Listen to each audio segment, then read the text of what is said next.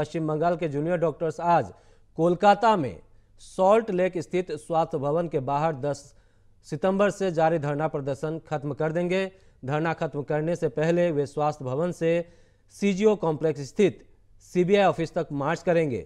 Junior doctors ने 19 सितंबर की देर रात प्रेस कॉन्फ्रेंस कर बताया कि वे शनिवार 21 सितंबर से काम पर लौटेंगे। आरजी कर मेडिकल कॉलेज और अस्पताल में 9 अगस्त को ट्रेनी डॉक्टर के रेप मर्डर के बाद डॉक्टर पिछले 41 दिनों से हड़ताल पर है। डॉक्टरों ने कहा है कि उनकी हड़ताल आंशिक रूप से जारी रहेगी।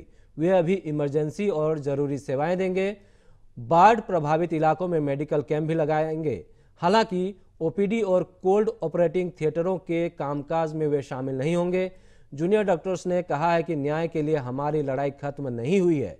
हम बंगाल सरकार को 1 हफ्ते का समय दे रहे हैं। अगर इस दौरान सरकार अपने सभी वादों को लागू नहीं करती है तो हम फिर से हड़ताल शुरू कर देंगे।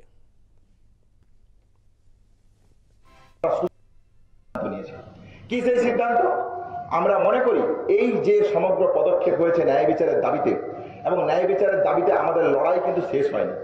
এই লড়াই সুপ্রিম কোর্টের অন্দরে যেমন চলবে ঠিক সেই রকমই আমাদের রাজপথে আমরা যে অন্যায়ের প্রতিবাদ রেখেছিলাম সেই পথও থাকবে। সেই জায়গা থেকেই আমরা কালকে স্বাস্থ্য ভবন থেকে সিজিও কমপ্লেক্স অভিযানের ডাক দিয়েছি।